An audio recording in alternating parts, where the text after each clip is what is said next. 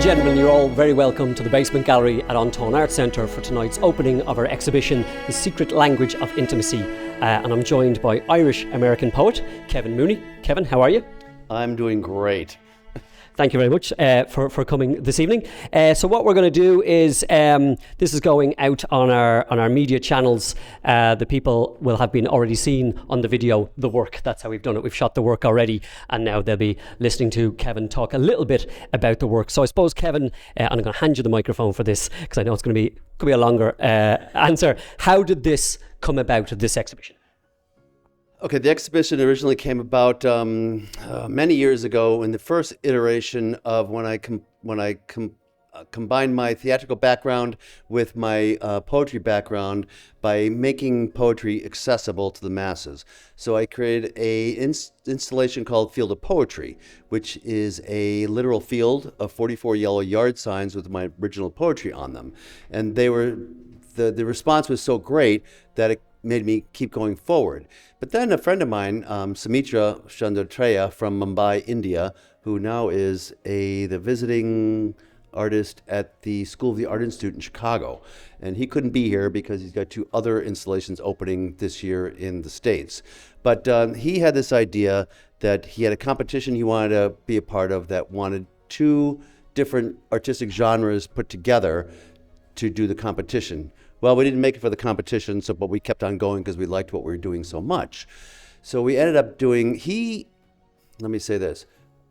My creative process is that I take human emotions that you may or may not know how to verbalize, and I put them into poetic form, which you can see on these banners. And then he took that poetic form and then translated it once again into abstract art. So just shows that the secret language of intimacy is really about how intimacy can say the same thing in many, many, many different languages. And as I said at one of my interviews today, that I would really like to see the next step as taking music from that abstract art into music. And that's how we have here. So this is like the 3rd or 4th iteration of this style.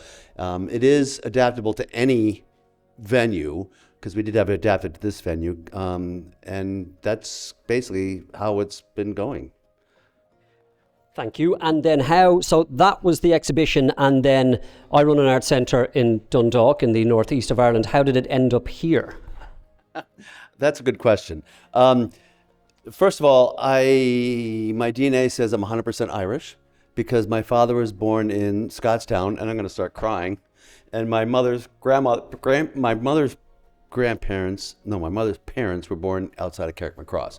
So I am an Irish citizen of foreign birth, and so I am part of the diaspora. So being here is like such an honor to be recognized as an Irish poet, even though I was not born here. And so I decided to, okay, let's explore this. And I originally contacted Darren McCreesh at the Patrick Kavanagh Centre, because Patrick Kavanagh is like the 2nd most popular poet in Ireland, and talked to him, and he said he loved what I was trying to do. His space didn't work, but he recommended Paul here, and then the aunt just sent us in Castleblaney. But anyway, came here, and Paul was like, fine, let's do it.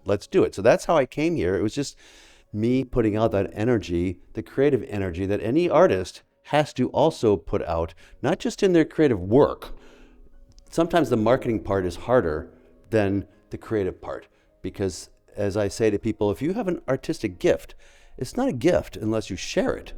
And if you don't share it, then it's wasted. My mother used to say, if God gives you a gift, then you have to share it. So that's how I got here. And I thank Paul. He's been doing a great job. Which And finally, maybe tell us a little bit about, you're going to read one of the poems in a moment, but this is quite a unique exhibition for us to host, actually, in a number of ways.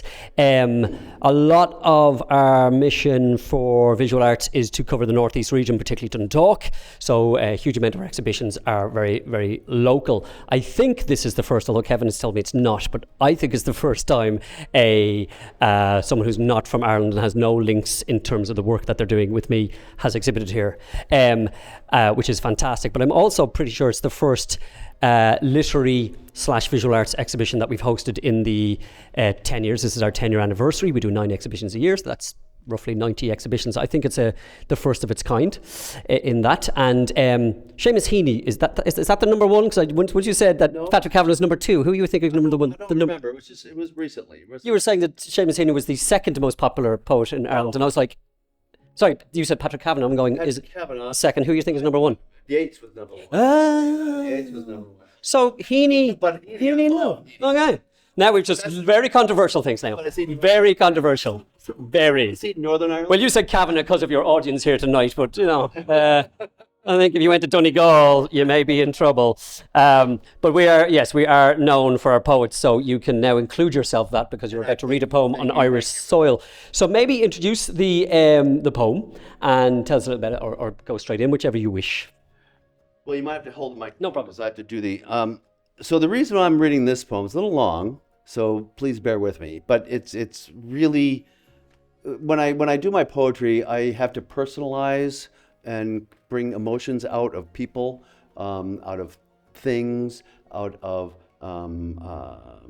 anything. I have to personalize it. So I was having some problems with the U.S. and its political issues, I'll just say, and I was traumatized. Like, what am I have to get this out. I have to get this out. Something was driving me to write something. So I couldn't figure it out until I came up with the idea to remind me that the U.S. is also known as Uncle Sam. So Uncle Sam is our uncle. So this is the poem I wrote. Now it's a little long, so please bear with me, and I'll try to go slow, and I may start crying in the middle of it. So, it's called A Prayer for My Uncle Sam. I love my Uncle Sam. He is not exactly old, but beginning to feel the stress of age. In his youth, he has paved the way into a new and abundant land with the highest of ideals. Yet, like any young man, he has stumbled on many occasions along the way. Many times he has forgotten what had been promised by Matthew. Look at the birds in the sky. They do not sow or reap. They gather nothing into barns, yet your heavenly Father feeds them. Are you not more important than they? Which of you, by worrying, can add a moment to his lifespan? And so he falls into the pit of lack and the fear of not enough abundance for all. The abundance he was able to imagine and create into such a wonderful and prosperous home.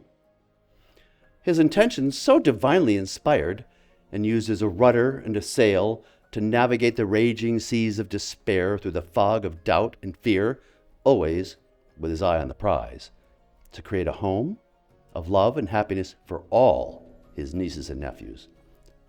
But sometimes the loudest and most fearful of his tribe distract him and set him off his course, pushing him to call on his strength, his courage, and his power, which knows no bounds, to remember his divine mission, the strength to take from the earth what is needed to create a safe and joyous home for his ever-growing family, the courage to follow that divine path set before him, and the power to evaporate the fear of those who do not have faith.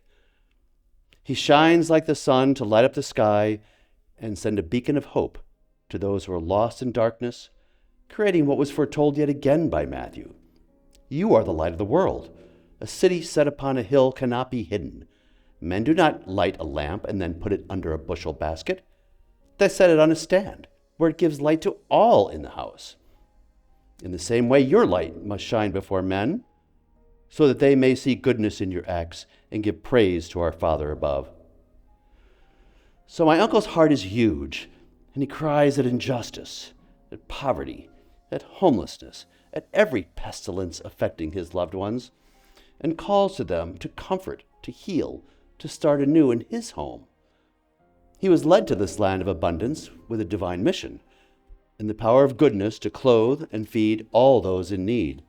His voice cries out as the new Colossus, "Give me your tired, your poor, your huddled masses yearning to breathe free.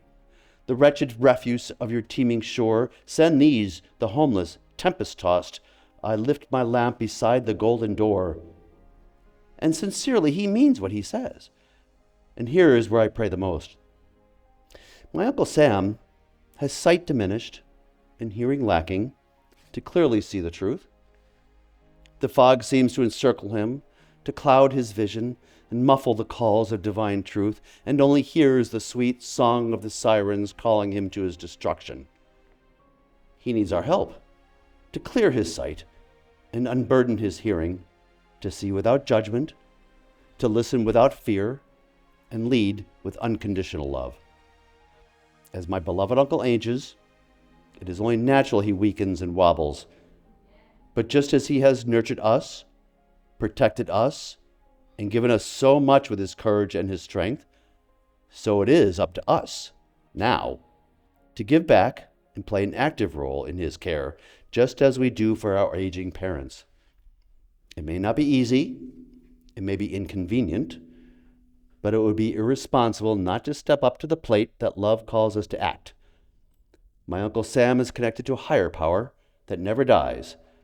With that spark of divine light he shares with us all. And so it is time we give back to heal and strengthen our beloved Uncle Sam.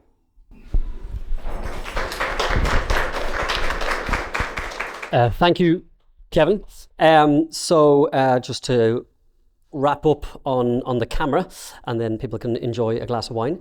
The Secret Language of Intimacy runs at Anton Arts Centre. We're open Tuesdays and Saturdays, 10 to 4, and it runs from now up until the 27th of July. So if you're watching this at home, it is good to come into the space to feel the work in the space as opposed to just seeing it through a screen. We're no longer in COVID. We don't have to look at art through screens. Is there anything else you want to say? Happy finishing there? I would just like to say that the Anton Center, I mean, Paul's been here for 10 years and he's done an amazing job on what he's done with this space. And I just hope that people support it and keep coming, and audience members, by coming and attending, make the difference for everything in the whole arts community, whether it be here in Dundalk or even worldwide, because we have the same issue in the United States. So please thank him and support him. Cheers, guys. Thank you. Bye-bye.